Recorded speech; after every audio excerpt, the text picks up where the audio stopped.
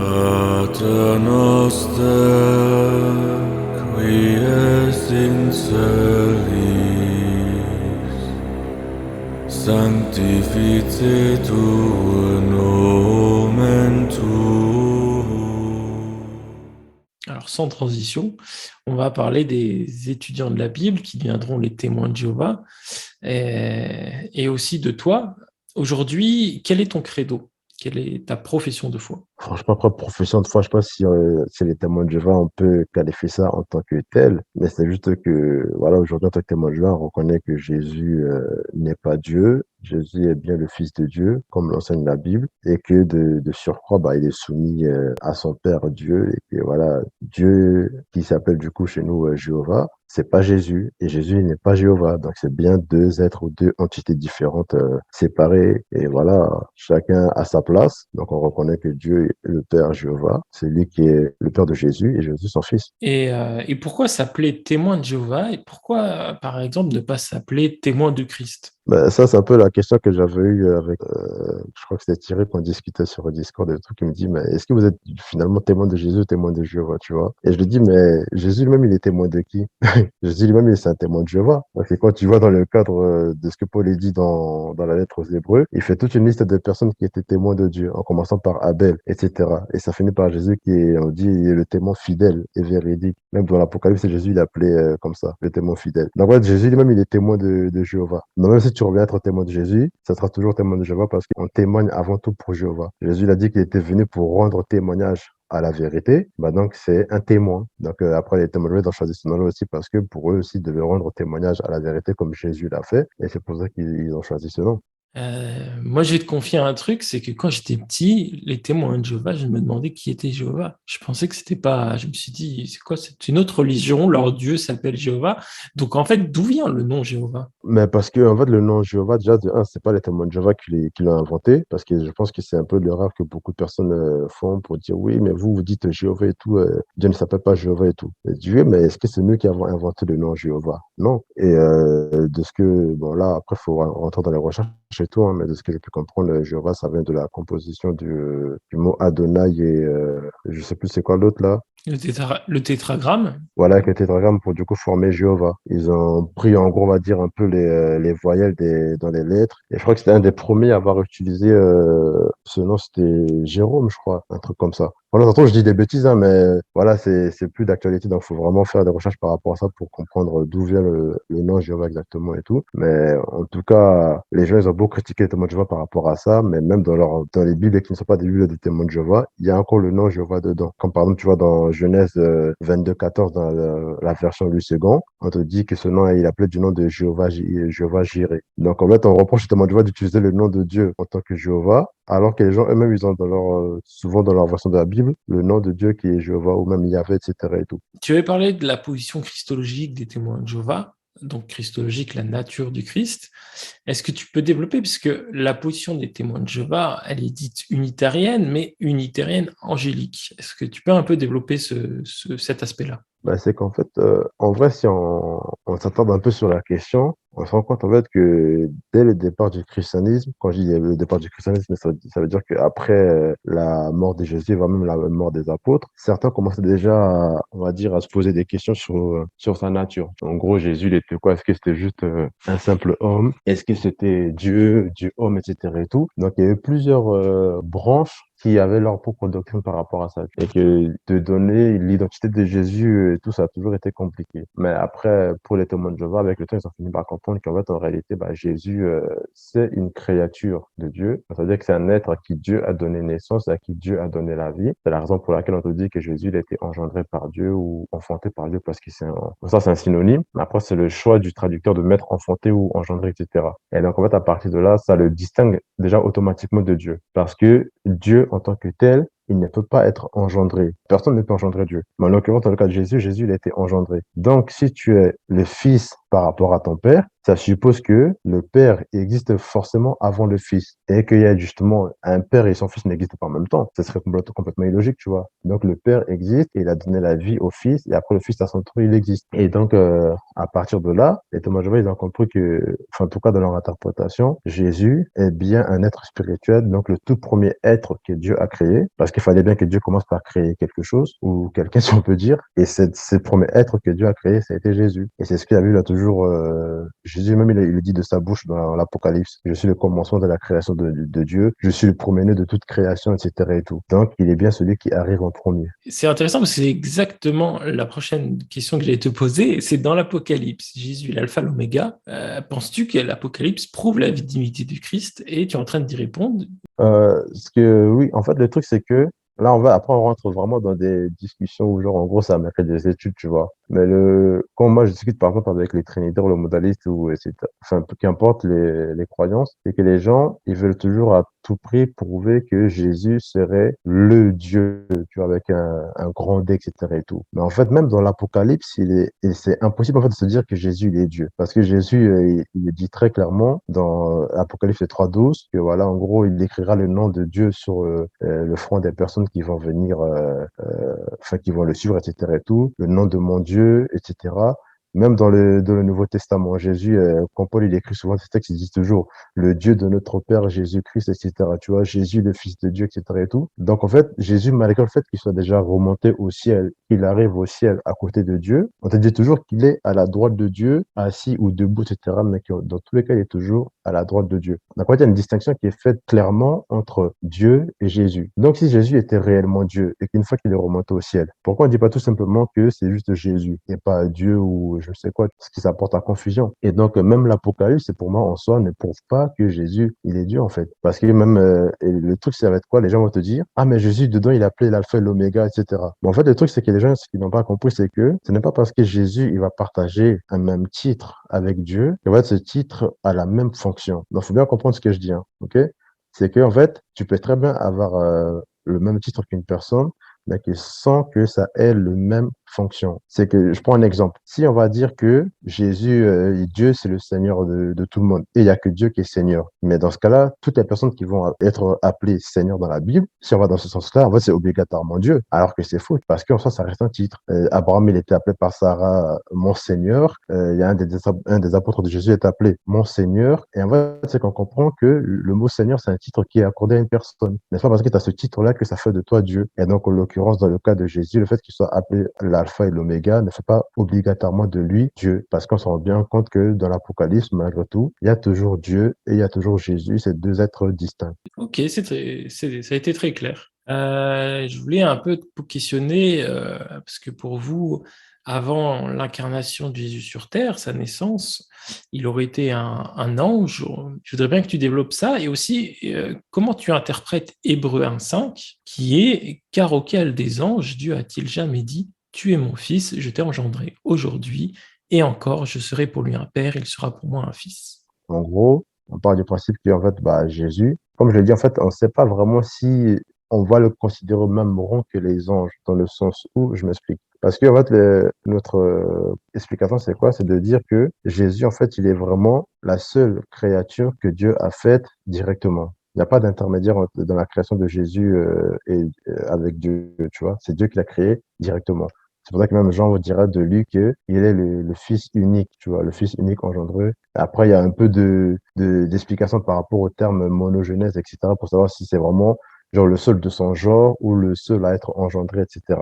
Mais c'est qu'en tout cas, il est la seule créature que Dieu a faite directement de ses propres mains. Donc, à partir de là, ça met un statut au-dessus des anges. Alors que les anges, leur création dépend de Jésus aussi. Parce que, en fait, justement, Jésus, il a participé à la création des anges. Donc, il a contribué à ce que les anges prennent vie. Donc, on peut dire qu'en réalité, il a un statut au-dessus des anges. Et même, c'est ce que montre la Bible par la suite, parce qu'on te dira clairement que les anges lui auront été soumis, etc. et tout. Donc, comme par exemple, le verset que tu as cité de Hébreux 1:5, là, il est dit, par exemple, auquel des anges Dieu a-t-il jamais dit, tu es mon fils, aujourd'hui je suis devenu ton père. Et encore, moi je deviendrai son père, et lui, il deviendra mon fils. Donc, j'ai envie de répondre à aucun des anges, sauf à Jésus.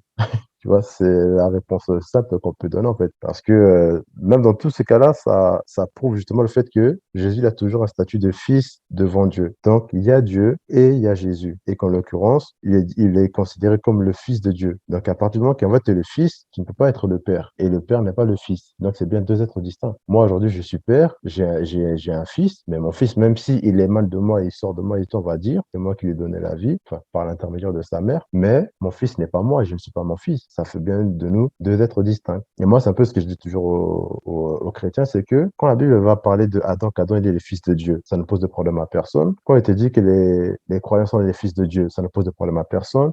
Les anges sont fils de Dieu, ça ne pose problème à personne. Donc, on va dire Jésus, il est le fils de Dieu. Non, mais en fait, tu comprends pas parce que c'est Dieu qui est devenu fils.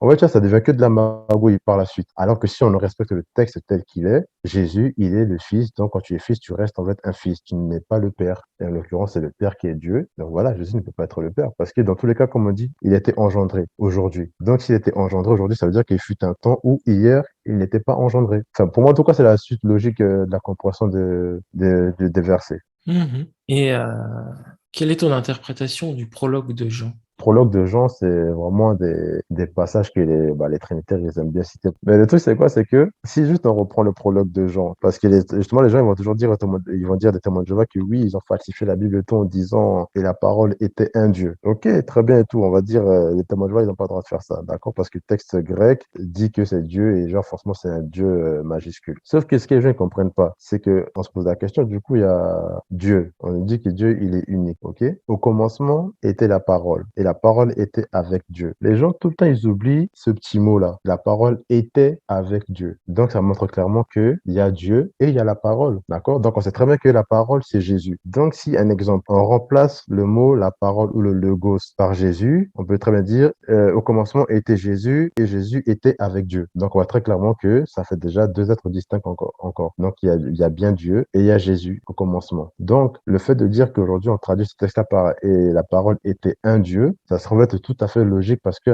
la traduction en grec le permet. Parce que on sait très bien que dans le grec ancien, en tout cas dans le grec koiné, enfin les majuscules et les minuscules n'existaient pas. Donc, si on va dans ce sens-là pour dire que en fait, la parole était Dieu avec un grand D majuscule comme le veut le grec. Dans ce cas-là, en fait, on devrait traduire toutes les fois où le mot Dieu apparaît dans le texte, il faudrait aussi toujours le laisser au majuscule. Parce que vu que c'est ce que réclame le grec, on va dire en quelque sorte. D'accord? Donc, je pousse un peu mon exemple un peu loin. Si, par exemple, dans 2 Corinthiens 2,4, je crois qu'on Paul dit que Satan, il est le Dieu de ce système de choses, etc. et tout. Quand tu vas voir dans les versions, on va te dire, on va écrire le mot Dieu avec un petit D. Pourquoi est-ce qu'on laisse pas le mot Dieu avec un grand D majuscule, comme le réclamerait le grec? C'est qu'en fait, dans les traductions modernes, on va chercher à faire la différenciation entre Dieu ou le Dieu qui a toujours existé, qui est tout ce qu'il est, et petit D pour un petit Dieu, pour dire un Dieu, etc., pour différencier du coup le Dieu et les dieux, si on peut dire en quelque sorte. Donc, selon la traduction en français, si on traduit aujourd'hui littéralement parlant, et la parole était un Dieu, c'est parce qu'en fait, le grec le permet. Et du coup, ça ressortirait beaucoup plus l'idée du texte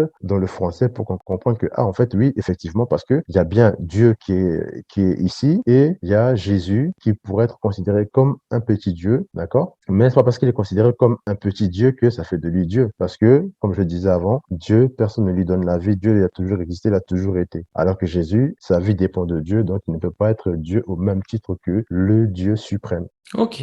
Mais après, je pourrais dire ça, c'est une question d'étude, etc. Et tout, parce que les avis divergent là-dessus. Il y en a, ils vont dire, on doit juste laisser que la parole était Dieu, d'autres vont te dire un Dieu ou de nature divine, etc. Et tout. Et c'est là qu'on voit qu'il y a beaucoup de spécialistes, justement, aussi, qui vont être en accord avec la traduction des témoins de Jéhovah. On va dire, oui, en fait, on comprend que le premier Dieu fait référence à Dieu, mais le deuxième Dieu fait référence, je sais plus c'est quoi les termes exacts, mais en tout cas, genre, pas à son identité, mais à sa nature, etc. Mais après, ça, c'est des textes qu'il faut étudier. Parce que pour moi, en fait, la plupart des chrétiens, ils n'étudient même pas le contexte du texte, ni même la traduction. Ils se contentent de sortir un verset pour dire, ah, Jésus, il est Dieu, tu vois, donc t'as rien à dire, c'est bon. Alors que c'est faux, en fait. Parce que même un seul texte comme ça mérite de la réflexion, d'une étude dessus profonde pour comprendre pourquoi une traduction se fait de telle ou telle sorte. Oui, je comprends bien. Et la christologie, c'est vraiment une science à part entière. Et pour une dernière question sur la Christologie, je te poserai la question, comment un simple homme peut-il être parfait? Dans le sens où on voit qu'il est irréprochable, on voit que nous tous on pêche, et on voit quelqu'un, il pêche pas. On peut que se dire, mais c'est pas possible pour un saint homme. Parce que c'est pour nous, s'imaginer, ok, ma vie, elle aurait été faite sans péché, ça nous paraît inconcevable, irréalisable pour un simple homme. Donc, on pourrait poser la question, comment un simple homme, s'il n'est pas Dieu, peut-il être parfait? Après, moi, je vais te retourner la question autrement. Est-ce que Dieu peut être un homme? Tu vois, déjà, à partir de là, je pense que la question est vite répondue, comme dirait l'autre. C'est que Dieu, dans toute la Bible, il a toujours fait la nette distinction entre ce qu'il est et ce qu'il n'est pas. Jésus lui-même, il a dit, Dieu est un esprit. Donc, un esprit, c'est ce que c'est. C'est-à-dire que l'œil humain n'est pas fait pour voir un esprit, sauf s'il se matérialise comme dans le cas des anges. D'accord? Mais en l'occurrence, Dieu, il a toujours dit, je ne suis pas un fils d'homme, etc.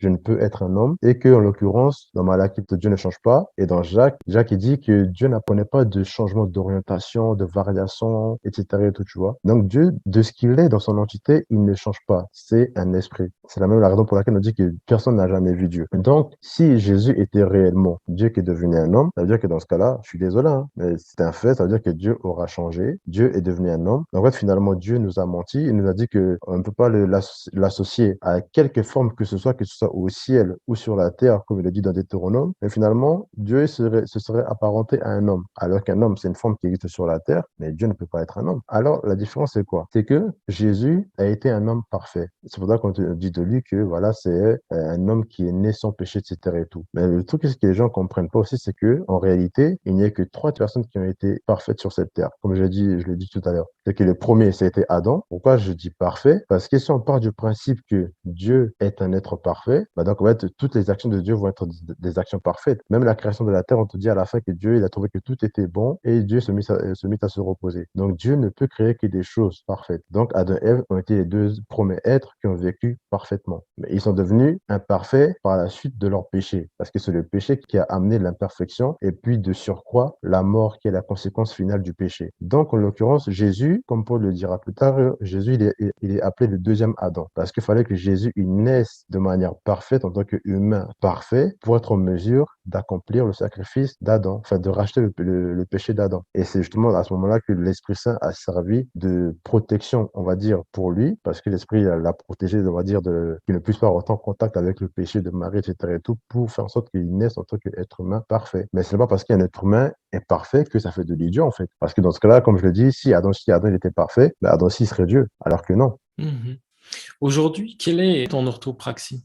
Qu'est-ce que c'est être un témoin de Jéhovah au quotidien et quelles sont les pratiques cultuelles que tu vas faire? La vie d'un témoin de Jéhovah de tous les jours, c'est le fait d'étudier la Bible constamment. Parce qu'en fait, en gros, voilà, l'étude de la Bible, elle se fait de manière individuelle avant tout. Parce que ça veut dire que quand tu es chez toi, tu étudies, tu as un programme d'études personnelles, programme de lecture de la Bible. Parce qu'il y a aussi une nette différence à faire entre le fait de lire simplement et aussi le fait d'étudier, tu vois. Donc ça, c'est une étude personnelle pour faire augmenter ta foi, ta connaissance, etc. et tout. Et il y a le côté aussi, voilà, après, tu as l'étude pendant dans les salles du royaume où on va étudier en groupe, etc. et tout. On va étudier les tours de garde, l'école du ministère, etc. et tout. En fait, il y a plein de choses, tu vois, qui tournent toujours autour de la religion. Il y a aussi le fait de prêcher. Après, à côté, tu as ta vie normale, hein. Le fait que tu vas au travail ou pour ceux qui vont à l'école, etc. Enfin, chacun s'occupe comme il veut, mais la priorité est toujours mise dans les activités du royaume, quoi, tu vois. De prêcher, étudier avec des personnes, celles qui ont le temps pour comprendre la Bible, etc. et tout. Voilà. C'est ça aujourd'hui la vie des témoins de Jéhovah. C'est une vie comme n'importe quelle personne, hein. Mais c'est juste que, voilà, c'est plutôt dirigé par des principes bibliques, pas dans l'excès, etc. et tout. Et, enfin, on reste des êtres humains comme tout le monde, hein. On n'est pas exceptionnel. Justement, on va essayer de développer ces deux parties. Allez, on va commencer par la prédication.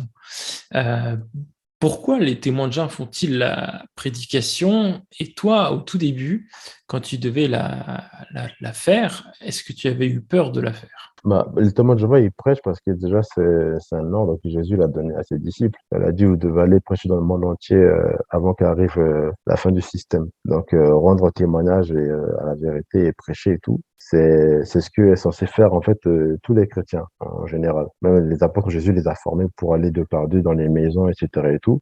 Ils allaient pour prêcher le royaume de Dieu. Donc aujourd'hui, les témoins de Jéhovah, ils font la même chose. Les témoins de Jéhovah, ils suivent cet ordre-là. Ils vont prêcher pour aider les personnes à connaître Dieu, etc. Donc en fait, on ne fait que suivre l'exemple des premiers chrétiens en réalité, tu vois. Et même la Bible montre clairement que le fait qu'aujourd'hui les gens prêchent la bonne nouvelle, etc. et tout, c'est un signe qui montre que Jésus il serait avec ces personnes-là. Parce que Jésus l'a dit, voyez, je suis avec vous tous les jours jusqu'à l'achèvement du système de choses. Donc, si la prédication aujourd'hui tient encore la route, c'est parce que c'est bien une œuvre qui est sous la surveillance, si je peux dire en quelque sorte, du Christ. Donc voilà, pour répondre à la première partie de la question. C'était quoi la deuxième partie de la question, excuse? C'était, est-ce que tu avais eu peur de le faire au tout début? Bah, en fait, peur, c'est un grand mot, tu vois, parce que déjà, c'est comme toi, en fait, quand tu vas commencer à prêcher, tu reçois aussi une certaine formation. Tu vas pas aller prêcher du jour au lendemain, parce qu'on sait très bien que, humainement parlant, on n'a pas envie forcément d'aller voir des gens dans la rue pour parler ou toquer à des portes, etc. Donc, c'est toujours un peu une certaine forme de peur qui existe. Mais après, bah, franchement, c'est intimidant et surtout pour moi, parce que moi, en gros, je bégaye de ouf je connais pas les gens et je commence à parler à des inconnus. Ça m'est arrivé que souvent, genre, tu sonnes à une porte et tout dans les débuts, ton cœur il commence à battre, tu vois, et quand la personne elle ouvre la porte, tu parles mais t'es en train de bégayer en même temps et tout, les mots ils sortent pas bien. Donc, Et la fameuse porte. Est-ce que c'est vrai que vous mettez le pied à la porte? non, ça, je pense que c'était les pratiques de l'époque, dans les débuts, tu vois, c'est des techniques et tout. Mais après, non, ça sert à rien. Les gens, en fait, s'ils veulent pas discuter, tu les laisses et s'ils veulent discuter, ils seront toujours disponibles, tu vois. Mais en tout cas, moi, une de mes toutes premières fois où, genre, j'ai commencé à prêcher et tout, je me rappelle, c'était une tour, dans une tour et, genre, en gros, le frère avec qui j'étais, c'était à mon tour de parler. Et du coup, je sonne à la porte et une dame âgée qui a ouvert la porte et je commence à présenter, oui, bonjour madame, nous sommes témoins de Jéhovah, machin, nanana. Et, elle nous a dit, bah, entrez. Donc, du coup, on nous a fait rentrer chez elle. Et donc j'ai expliqué pourquoi on était venu, tout ça, on voulait parler de quoi. Et à ce moment-là, bah, la dame, elle a commencé à nous parler de sa vie, tu vois. Que genre, en gros, elle avait des problèmes avec les démons, elle voyait des démons dans ses murs et tout, parce qu'elle faisait de la magie. Et elle faisait, tu sais, le truc, comment ils appellent la Ouija, je sais pas si c'est ça, elle faisait tourner sur les cartes, etc. Elle disait que genre, elle avait pratiqué ça. Et qu'en gros, voilà, tous les soirs, en gros, c'était la guerre entre elle et les démons, etc. Et moi, j'avoue que ça m'a un peu fait flipper, tu vois, parce que je dis, ah ouais, donc c'est ça la prédication, c'est, tu tombes sur tout. Là, c'était le baptême du feu. Là, c'est directement sur le terrain. Ah oui, non, mais c'était vraiment ça. Et même dans les débuts, après mon baptême, j'étais avec un frère et tout, on va prêcher comme ça, dans la rue. Et à un moment donné, il y avait un monsieur qui était dos à nous. Donc, du coup, il était assis, on est parti le voir et tout. Il dit bonjour, monsieur, et tout. Et dès qu'on dit bonjour, il répond, ah non, c'est pas monsieur, c'est mon père. Donc, en fait, en gros, on est tombé sur un prêtre catholique et tout. Et là, on a commencé à discuter, hein. Ah, ben, j'étais pas prêt. C'est quoi la finalité? Ah, mais c'était dur à la fin parce que, genre, en gros, voilà, au début, nous, on était là, mais comment ça, mon père et tout? Enfin, Jésus l'a dit, n'appelez personne mon père dans les cieux, et vous, vous dites mon père et tout, machin. Et quand il a su qu'on était témoins de Jéhovah, donc, du coup, c'est là que ça a commencé à partir en cacahuète. Ah, vous, les témoins de Jéhovah, vous êtes une secte, machin. Donc, en fait, en prédication, tu as vraiment affaire à de tout et n'importe quoi, tu vois. Les gens chez qui tu vas arriver, qui vont être gentils avec toi, de ceux qui vont être un peu plus virulents. En fait, avec le temps, faut savoir s'y prendre avec les gens. Je pense que c'est juste ça, c'est une question d'expérience parfois. Que penses-tu du fait que certains pays interdisent la proclamation? Bah, en fait, je pense que bah, déjà c'est leur droit, hein, parce que voilà, comme le dit la Bible, et tout, le monde entier est au pouvoir du méchant. Donc moi, je pars du principe qu'en général, en fait, qu'importe le pays, ils sont sous la domination du diable. Et donc, c'est pas étonnant que, entre guillemets, si je peux dire, les adversaires de Dieu bah, veuillent tout faire en sorte que bah, l'œuvre de la prédication cesse, quoi. Parce que c'est une œuvre qui est faite pour, on va dire, entre guillemets, sauver des vies. Et vu que Satan, lui, veut que les gens le suivent dans la perdition, bah, il fera en sorte de trouver des techniques, des moyens pour empêcher les gens de connaître Dieu ou voilà, que l'œuvre de Dieu soit effective. Donc, pour moi, c'est pas étonnant. Mhm. Tu penses quoi de l'évangélisation des autres églises chrétiennes, si tu devais comparer? Est-ce que tu parlais que c'était un rôle qui incombait aux chrétiens? Est-ce que tu penses que, enfin, je te laisse développer ce que tu penses des autres églises, mais peut-être aussi, est-ce que les autres églises remplissent ce rôle ou pas? Bah, franchement, si on dit que les autres églises remplissent ce rôle aujourd'hui, il y en a quelques-uns quand même. Enfin, quelques-unes, on parle d'églises. Je sais pas, moi, il y a des protestants qui peuvent prêcher dans la rue, il y a des évangélistes, etc. et tout, tu vois. Mais est-ce qu'ils le font de la bonne manière ou pas? Franchement, ça reste à désirer. Dans le sens où, je sais pas, tu vas aller à Château-Rouge, tu vas voir tous les pasteurs qui vont passer avec leur microphone dans la rue à crier «Jésus revient parmi nous bientôt» ou les gens qui font dans le métro et tout. Tu sais, franchement, les gens, ça va plus les énerver qu'autre chose. Donc, pour moi, il faut le faire, mais aussi une manière de le faire pour que ce soit, entre guillemets, acceptable. Alors que, bah, par exemple, genre, les témoins de Jéhovah, le fait qu'aujourd'hui, bah, il y a différentes manières de rendre témoignage à la vérité. Ça peut être par des courriers, des appels téléphoniques, bah, le message de porte en porte ou prêcher dans la rue. Enfin, il y a plein de moyens. Et les témoins de Jéhovah, aujourd'hui, ils vont voir généralement, quand ils vont voir les personnes, ils savent pas quel est le courant de la personne. Est-ce que la personne, elle est protestante, elle est catholique, orthodoxe, etc. On sait pas. C'est juste qu'une fois qu'on discute avec la personne, c'est là qu'on saura si c'est une personne qui est athée, agnostique. Et après, en fonction, on s'adapte. Moi, je me rappelle, par exemple, juste après mon baptême et tout, quand j'avais commencé je suis allé prêcher, etc. et tout, après mon baptême, je suis tombé sur un monsieur, mais genre un catholique fervent. J'étais avec un frère et tout, on discutait, on parlait avec le monsieur et tout. Et je me rappelle toujours le titre de la tour de garde, c'était connaissez-vous personnellement votre Père Céleste. C'est ça le titre de la tour de garde qu'on me présentait. Et le monsieur, il nous a fait rentrer chez lui. Il a dit, bah, venez tout entrer, tout ça, on va discuter ensemble. Vu que vous venez parler de Dieu, je ne peux que vous recevoir, tout ça. Je dis, ah, ok, bah, merci, c'est sympa et tout. Et quand on est arrivé, il a commencé à allumer sa bougie, il y avait les statues de Marie, la croix, tout ça. Il a allumé sa bougie, il a commencé à faire sa prière. Oh, Sainte Marie, machin. Bref, je sais plus exactement ce qu'il disait. En tout cas, c'était un catholique qui était fervent. Et genre, on a parlé vraiment longtemps. On est resté, je crois, pendant 45 minutes à discuter avec lui. Et à la fin, il a commencé à lire le passage de Matthieu. Et il a repris le Notre Père. Tu vois. Et du coup, il nous a demandé c'est quoi votre nom. Donc, on a dit notre prénom, etc. et tout. Et il a dit, mais vous voulez bien prier avec moi? J'ai dit, bah, on dit, on vous écoute. Et du coup, il a repris le Notre Père en fait, en incluant le nom de Jéhovah dans sa prière. Et il commence à dire, oui, Jéhovah, notre Dieu qui est au ciel, etc. et tout. Nous te prions de bénir ces deux jeunes qui font ta volonté, qui prêchent pour toi, tout ça, nanana. Et après, genre, à la fin, il a dit, bah, écoutez, moi, j'aime bien chanter des cantiques. Donc, si vous voulez, vous pouvez chanter un cantique avec moi. Et en fait, moi, j'ai grave eu la chance parce que le cantique de mon baptême, je le connaissais par cœur. Et en fait, à ce moment-là, genre, à la fin de la discussion, on a chanté le cantique ensemble. Genre, il fermait les yeux, il était genre transporté de joie, tu vois, il était content et tout. Et après, à la fin, bah, on a dit au revoir, etc. et tout, on s'est salué. Et puis voilà, quoi, tu vois. En fait, franchement, il y a des expériences comme ça où avec les gens, ça se passe super bien. Et t'as aussi des cas où les gens, voilà, ça se passe mal. Mais toujours est-il qu'en fait, on sait pas à qui on a affaire dans la rue. Ou même derrière le porte, on sait pas c'est qui, tu vois, quel type de personne on va rencontrer et tout. Donc, quand on va prêcher, c'est avant tout pour faire en sorte d'éclairer les gens sur le message de la Bible et sur les événements qui se passent dans le monde, etc. et tout. Mais après, en tant que chrétien, beaucoup devraient le savoir. Donc, ça peut que être un sujet de discussion en plus, tu vois. Mais généralement, dès que t'arrives, tu dis, je suis témoin de Jéhovah où on parle de la Bible, les gens, c'est bam, la porte, elle te claque au nez. et